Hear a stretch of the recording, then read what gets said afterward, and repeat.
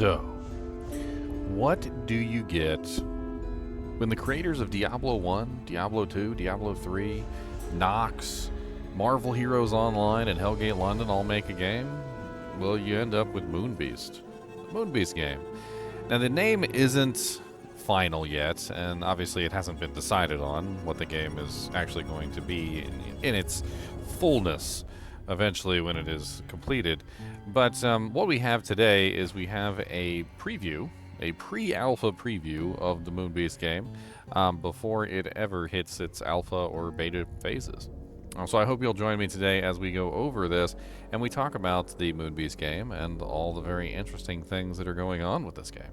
Hopefully by the end of this video you'll have a better understanding of what's going on, like how the gameplay works, what kind of features would potentially be available, and more.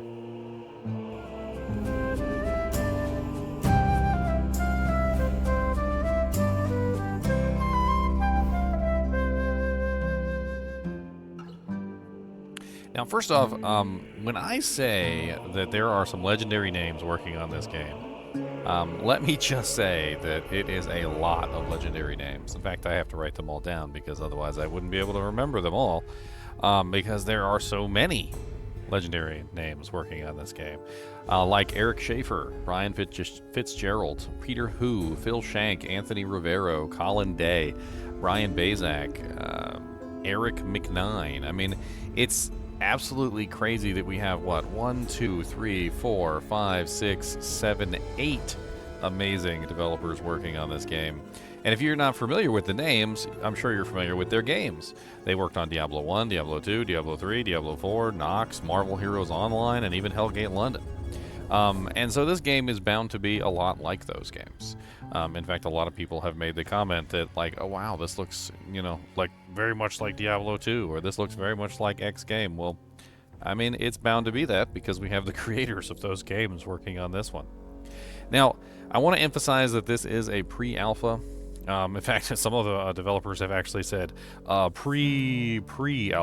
They like doubled the pre. They're like pre-alpha. And the crazy thing to me is that as I show you this, you will see that the game is very well done for a pre-alpha game. In fact, I would go so far as to say that I have seen games full released, like under the guise of early access, that are supposedly in their beta phases or even nearing completion, that are less complete, like mechanically, than this game. And there's a lot of potential questions that we have to answer, and we'll go over a lot of this stuff today. So first off, one of the things that you may have noticed right away is the music. The music is pretty darn amazing, if I have to say so myself. And probably has something to do with the fact that the same developers are working from Diablo 2, which also had amazing music, and Diablo 1, which also had amazing music. So I can't really say that, like, it's a surprise, but it's a welcome anyway, because a lot of games that I've played, a lot of them tend to be rather poor. And he's got my booty cheeks clap. They tend to be rather poor in the sound effects of the music, and not just the music. The music isn't just amazing. Also, the sound effects of the game itself, like when you're clicking on items, and you're picking up staves and weapons. Like, the sound effects of the game are amazing. And comparatively to other games that I've played that are very recent, like, games that were developed in like 2024 and 2023, that released in like 2025, and the sounds are awful. Diablo 4 is a really big example of that, like, man, you pick up an item and it's like, what did I just pick up? A sack of potatoes? And like everything sounds like a sack of potatoes. Like there's no like interesting sound effects to anything like in Diablo 4. And it's really quite sad in a lot of ways. This is Lum. What's up, Lum? Let's grab a potion, shall we? Feel well struck. I could make music with these sound effects. That's how awesome they are. Speaking of, mechanically, the game feels very similar to Diablo 2. I've often said in Diablo 2 as I was playing that, like, You know, I could sit here and make music out of the sound effects, and I'm not wrong. On top of that, like, not only does the game sound very similar to Diablo II in that, you know, it has unique sound effects for everything. The music is absolutely amazing. The death sound effects of the monsters are amazing. There's a lot of very fun things that can be done here with the game. But also, mechanically, the game feels very similar to Diablo II as well, although there is jumping. And there is also some other things that we're going to talk about in a little bit.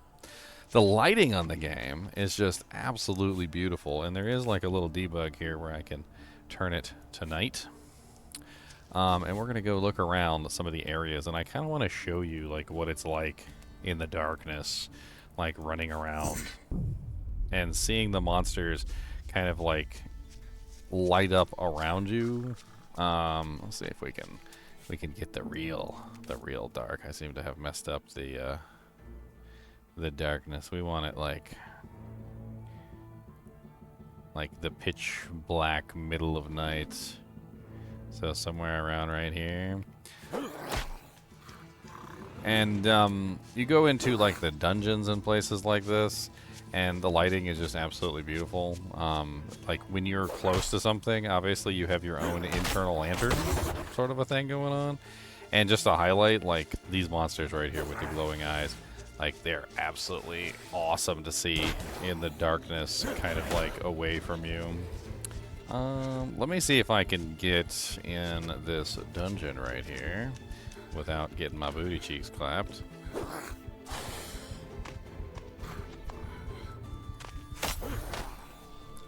Into the dungeon.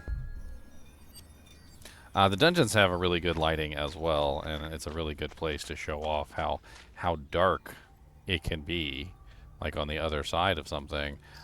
And literally just the process of taking a little bit of time to kind of notice the beautiful lighting that's in the game. And honestly, I really, really enjoy this kind of lighting, where it is obviously very bright where you are because you have a lantern, and very dark where you're not, because obviously you don't have any light over there. And oftentimes you can see the monsters in the distance, you know, like, and you can see the light literally progressing from you as you like break down the wall, for an example. And as you start progressing through the dungeon, you start to see things become more and more lit up. And as you can see right there, I destroyed the light source, and now look how freaking amazing it is. Like the monsters like coming at you in the darkness, slowly entering the light, and eventually becoming lit. I mean, it's absolutely gorgeous. That's just not the only thing that kind of feels very similar to like Diablo 1 style, which Diablo 1 has a lot of that dark lighting and very beautiful, you know, like intricate systems that kind of like interact with each other, like your light radius and the light radius of the monster, and so forth and so on. But there's even more. Like there's also a puzzle box, or rather a Horadric Cube. As you can see right here, we have Murakami's puzzle box, and it is literally, yeah, Murakami's puzzle box. There's also skill books, as you can see here, very similar to Diablo 1 style, which is actually really, really neat. And when you click on the skill books, they have the most satisfying way of disappearing into your inventory, which I absolutely love, by the way. In fact, just about everything in this game has very satisfying and very wonderful sound effects that I think you will quite enjoy, as well as the visual aspects of it too. Does the cube work with Horadric Cube recipes? Indeedly do, it does. And there is even more than that, of course.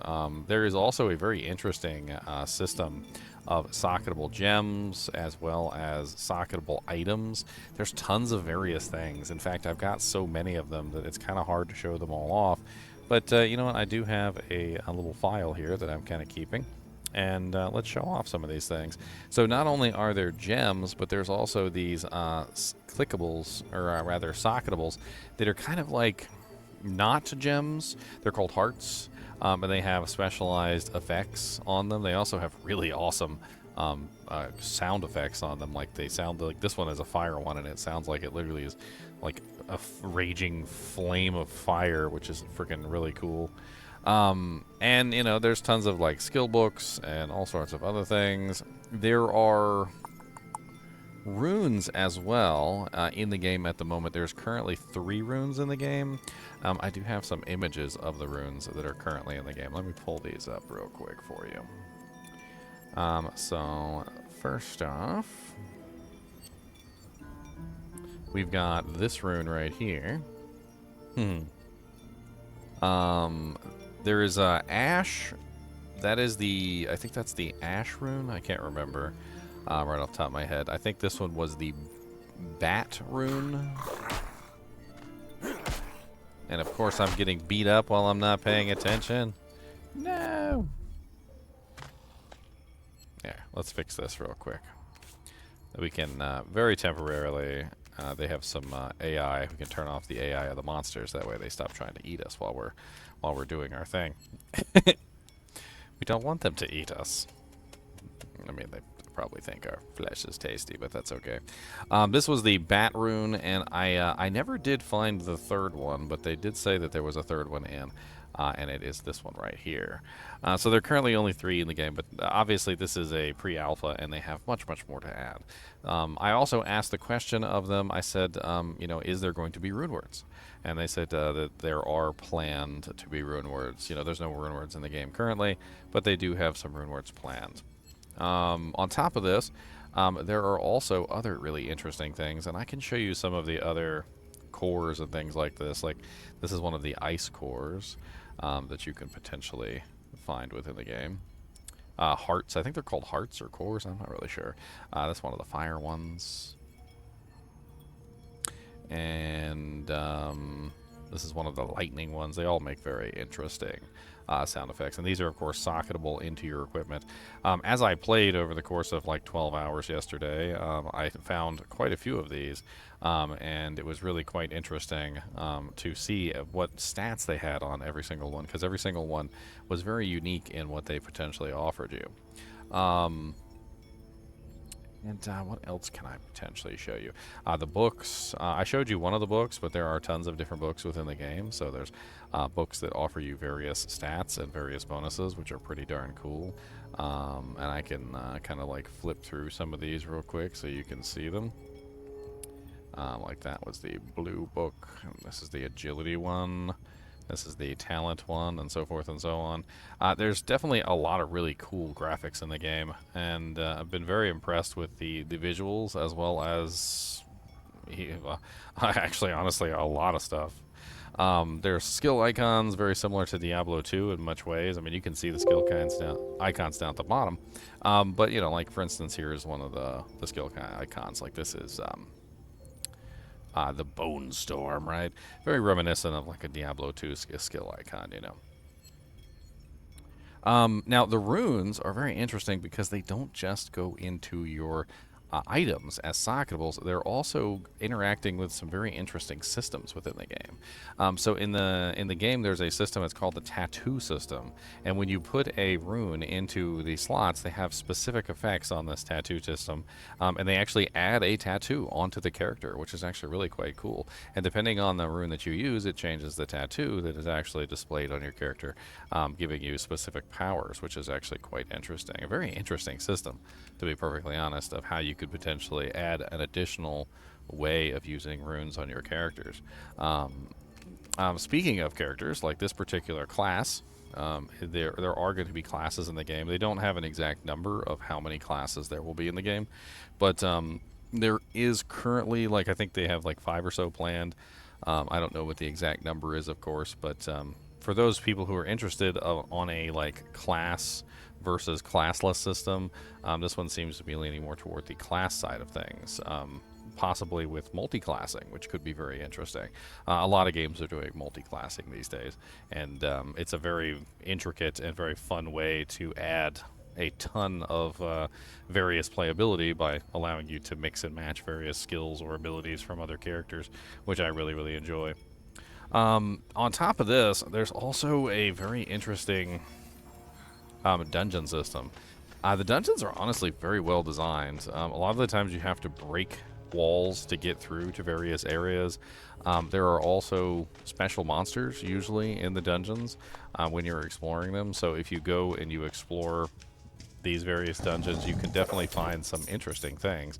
Like there's a rare item just dropped on the ground. Look at that. Got me a belt with 2 sockets, 20% enhanced armor, and 10% cold res. And I could potentially throw some gems in there to add some more bonuses. Let's go ahead and break down the wall. Now, there is environmental damage in this game. And because there is environmental damage, as you can see this lava, the environmental damage actually is quite interesting. Because you can, for instance, like I have water here, and I also have lava here. And you can potentially use your powers to connect these two together. We're going to go ahead and give ourselves some unlimited mana so we can do this.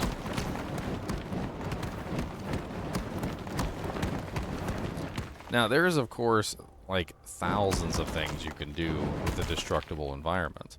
And in this particular regard, it's almost very much like Minecraft in a way. Because in Minecraft, of course, if you have water contacting with lava, you usually have some side effects. In this particular case, the water is actually evaporating, and the lava is actually, solidifying.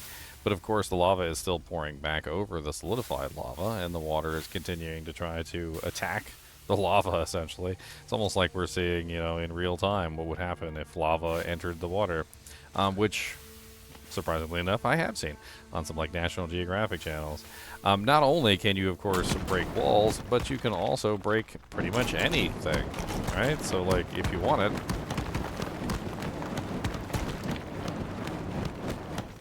you can very easily dig into the walls. You can even dig directly down into the ground. So if you wanted to dig a pit, as an example,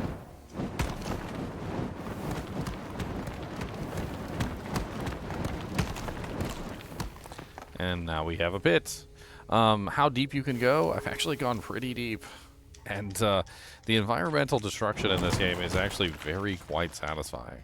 When you fire a meteor, when you fire like a spell or a fireball or something, and you have the ground like crack up around the monster, like it just feels very good.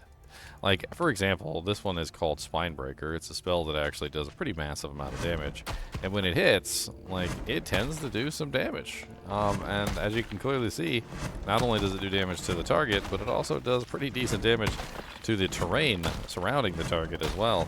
Kind of adding to that visceral impact, of the monster, getting hit by, like, arcane magics and whatnot, which I think is really freaking cool. Inside the dungeons, we should be able to find, as I was saying earlier, a super unique monster. There's usually a super unique monster in each dungeon. We're going to have a look around, though. And let's see if we can find him. So let's consult the map here. And there's some elites right there. As you can see, we have elites and champions and various different types of monsters at different qualities. So, you're going to find things that are like minions. You're going to find things that are, super unique monsters. There's some of them are going to have the super unique names. Like, they're going to have, like, special names, like Char Beast, or there was the one that was hilarious. It's literally just a little tiny itty-bitty tree. So there's these big giant trees in the forest. This one's a little tiny itty-bitty tree, and the little tiny itty-bitty tree is on fire, which is rather hilarious because he makes all the big noises like the big trees, but he's absolutely minuscule, which is rather interesting. The environmental damage also offers you a very unique options of being able to get to places that you wouldn't otherwise be able to get to in that particular direction. So, like, take for instance this area right here.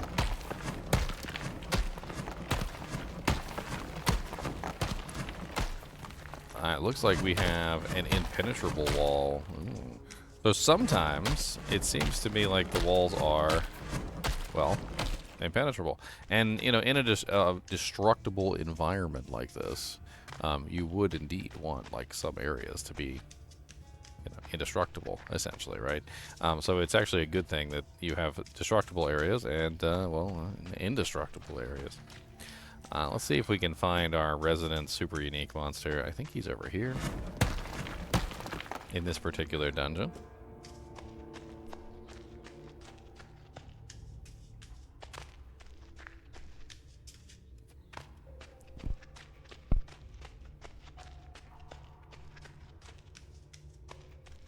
I love the lighting in this game.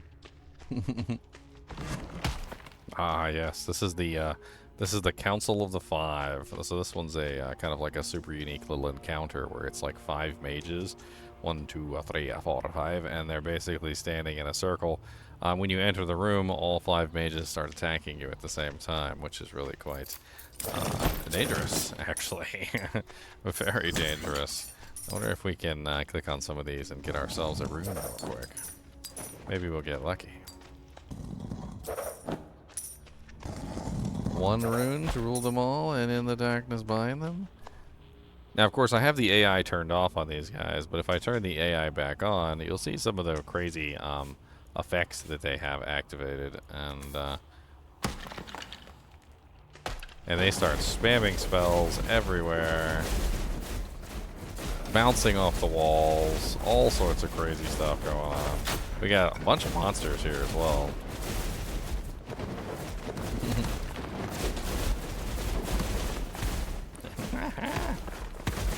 And the spells have lighting effects on them too. So when somebody shoots a spell, it will light up the terrain on top of all that, which is actually pretty darn neat. Let's turn the AI back off so we can be ridiculous again. Now, there are tons of skills within the game.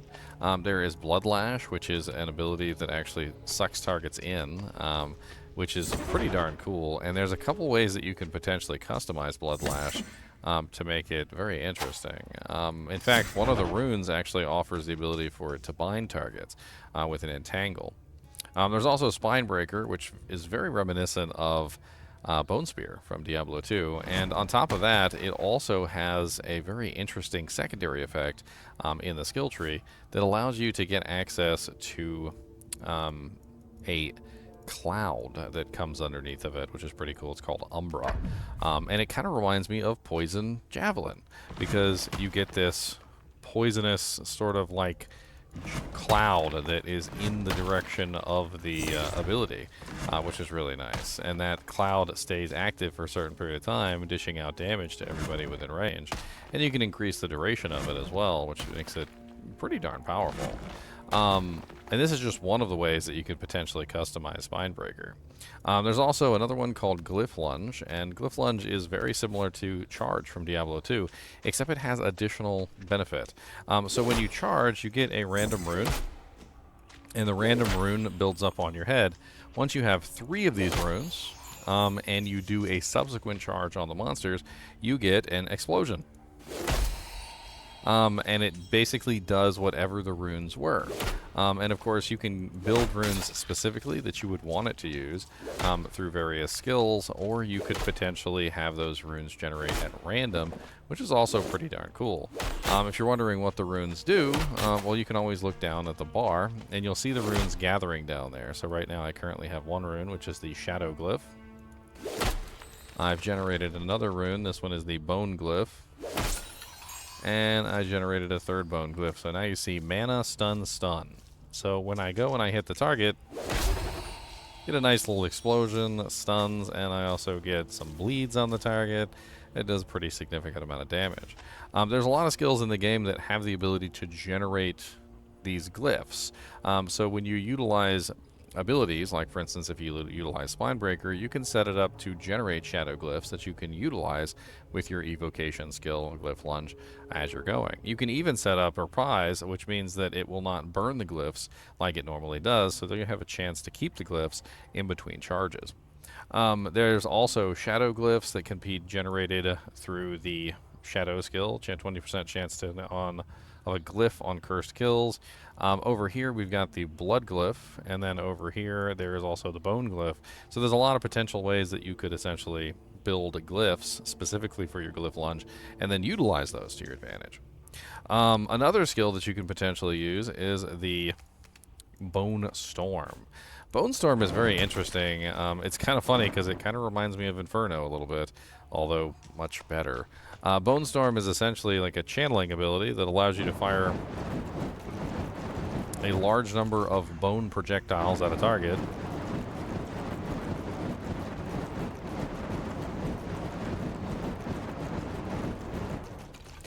And does come with some interesting ways to customize it. One of them is the ability to allow reflecting shots, which is pretty darn cool, because you actually get the ability to have them like bouncing off of walls. So instead of just simply hitting the target and dissipating, they have the ability to reflect off the target and start bouncing around the room, up to a total of 6 different projectiles bouncing around the room, which is pretty darn cool. Another ability in the game right now is called Shadow Walk, which is very much so a teleport.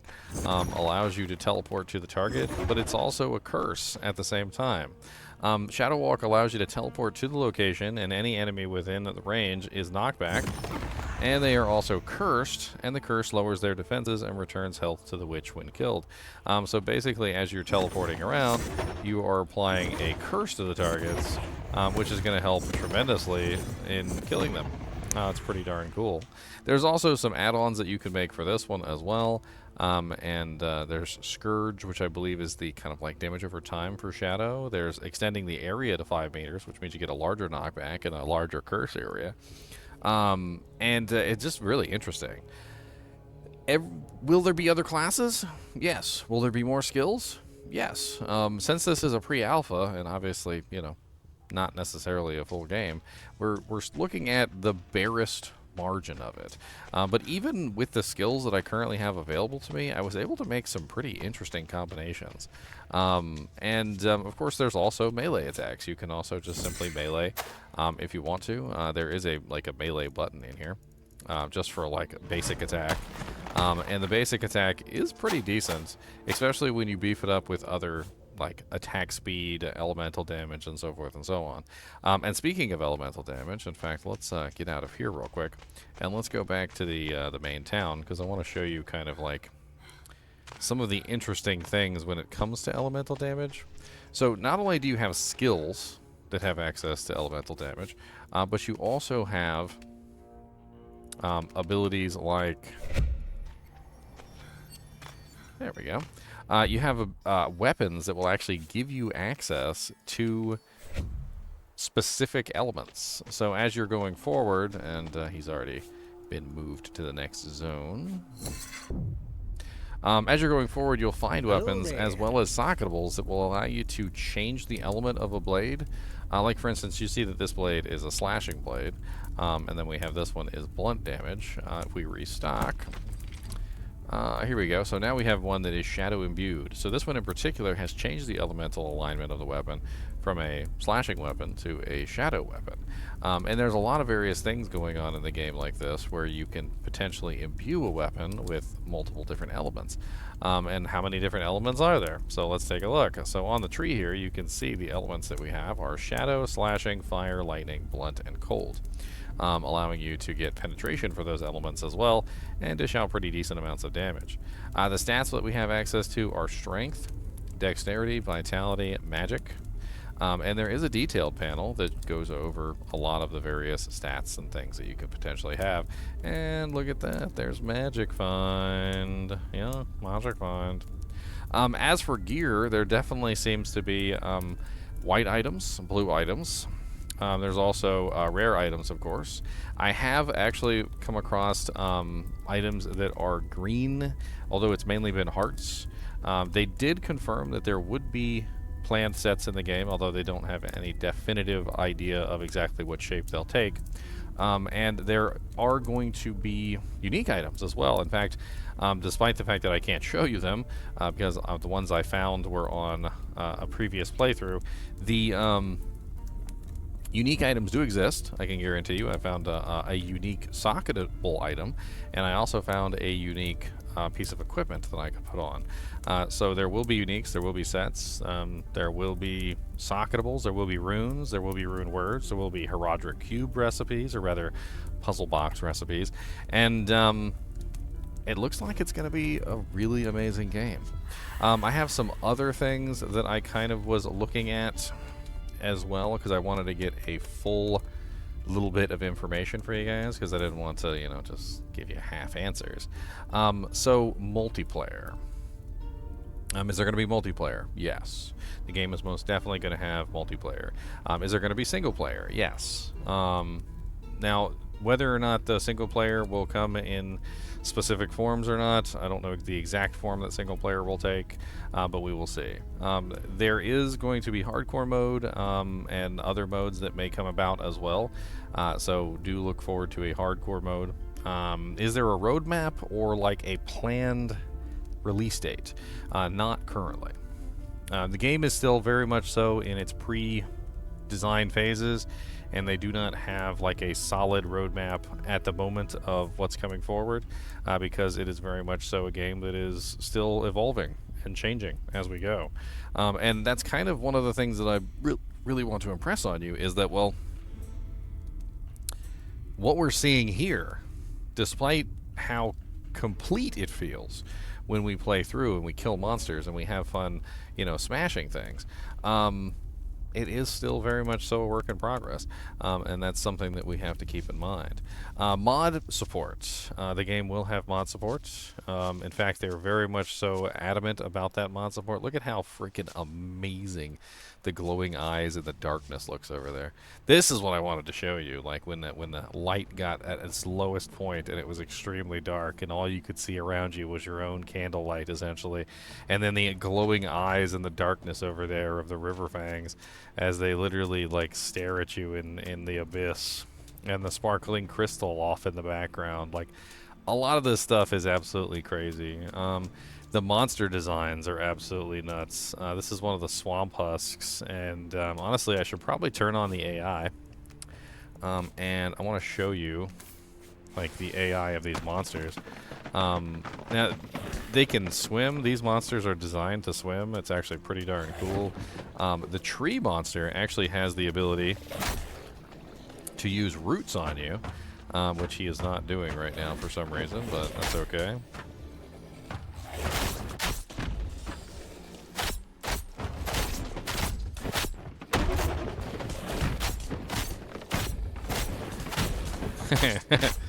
Almost getting slapped down here.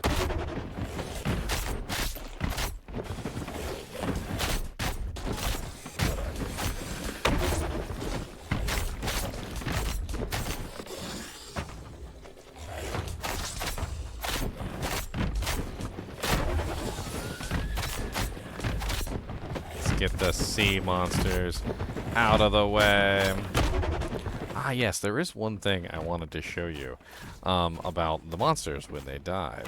Now, if you look at them, they're very colorful and they're very bright when they're, you know, alive.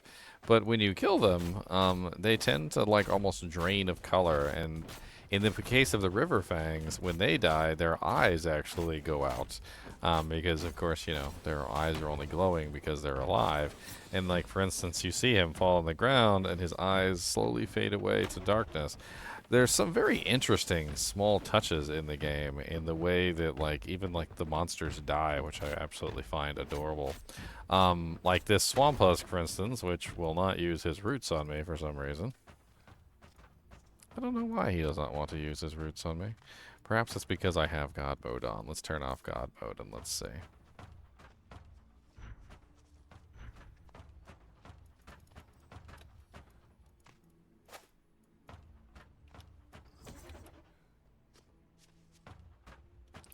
He does not want to use his roots on me. He's so... Ow, Mr. Knockback Monster. He is fast, too. Look at him. He's coming for my cheeks. He is coming for my cheeks. Oh, man, look at the skeleton over there. Like, in the darkness, just, like, waddling into the light. Like, let's try that again. It's freaking great. These are lanterns, by the way, which help light up the surrounding area, which is pretty cool. That guy has a torch, so he shows up really well. He has his own light source, which makes him pretty cool. Look at him running after me. What is that guy glowing for? Oh, he's an elite, and that's why. Or yeah, so he has his own aura because he's an elite. That's pretty neat. Actually, that was a common thing in Diablo 2, where monsters had their own aura and they were elite. This over here is a very interesting cloud, kind of like poison. And there is at the center of this, there's a specific monster that actually emits the poison. And when you kill the monster, it seems to start to alleviate, which is actually really cool. This is the said aforementioned monster called a gloom parasite, which is rather interesting. And he does not like me very much at all. The cockroaches are disgusting, by the way. I've never had a game before where like every monster was super memorable. In this game, like the River Fang's glowing eyes made them stand apart from the others. The cockroaches literally stand up, like put their butt up on their like top of their head, and they actually shoot like poop at you. It's disgusting, and it definitely made me remember them. Um, there's also mages that will cast spells at you, which is really freaking cool. So, like, when you find a specific, like these guys right here are bogies. When you find the bogey shamans all will literally just cast meteors on your head. It's pretty rude, and they also destroy lots of terrain when they do so. And even just running through the game, like, I mean, looking at the monsters chasing you, like the eyes in the darkness in the background there, like, it's just freaking awesome. I'm trying to think if I can think of anything else that I've left out. I'm pretty sure I covered just about everything, but let's do a check real quick. We'll do a checklist. So sets. The sets are planned for the game. Runewords are planned for the game. Classes. There will be classes as of yet an undetermined number, possibly greater than 5. Skills. There's going to be a lot more skills than we currently have in the game right now. Obviously, we only have access to the 4 skills and the options that you could potentially do with those skills, but there's obviously going to be a lot more skills than that. They did talk about multi-classing potentially with skills as well, so that's something that we could look forward to. There are dungeons in the game. Obviously, we have the environmental damage. The tattoo system is very interesting, and I was actually quite surprised about the tattoo system. It looks like it's going to be quite fun. Socketables and gems and runes, obviously, in the game. We also have the Horadric Cube, or rather the puzzle box. The lighting in the game is very good. The mechanics of the game feel absolutely amazing. The sounds and the music are absolutely great. And the game name is still to be decided. One thing I did leave out was some very interesting, innovative features that have been included with this version of the game, which weren't in other games that I've played, which is really quite interesting. So if you look in the inventory, there's a special little button here, and thanks to my invisible shirt, you can actually see it down here. Down here at the bottom is a button that says Sort Backpack. And it also has a option that says include favorites. So if you were to have, like for instance, an item marked as favorite, and let's just do something silly like make a face. All right, so we're just gonna make a face. Yeah, giggity. That's what it is. A face. We're going to make a phallic-shaped object, and then if you hit the button, it will sort everything in your inventory except for the favorited items. No matter where you put those favorite items, it will not include the favorite items in there unless you tell it to do so. Now, if you right-click on the sort button, it will sort your favorite items as well, and I think that's got to be one of the coolest little features I've ever seen. I haven't seen any other game do that, and I don't know why. There's also a favorite and a junk system where you can obviously mark things as junk. There is a shopkeeper, and you can restock the shopkeeper by hitting the restock button, although there does seem to be a limit on the total number of restocks that you're capable of. There are waypoints, just like in Diablo II. The map does seem to be a work in progress, but I guess we'll see exactly what they decide with everything. It's crazy when I played this game for 12 hours yesterday, and I finished, and all I could think of was that I wanted more. I wanted to play more. I wanted more time. I wanted to play more classes. I wanted to play with more skills. I wanted to play more. And that's really, like, I think the main takeaway, my main takeaway, is just that I really want more. And yeah, looks like we're gonna have to wait for it. That's pretty much it. We're gonna have to wait. As always, I do appreciate you guys and gals joining me. Be sure to hit that like button, the subscribe button if you enjoyed the content. And as always, keep watching.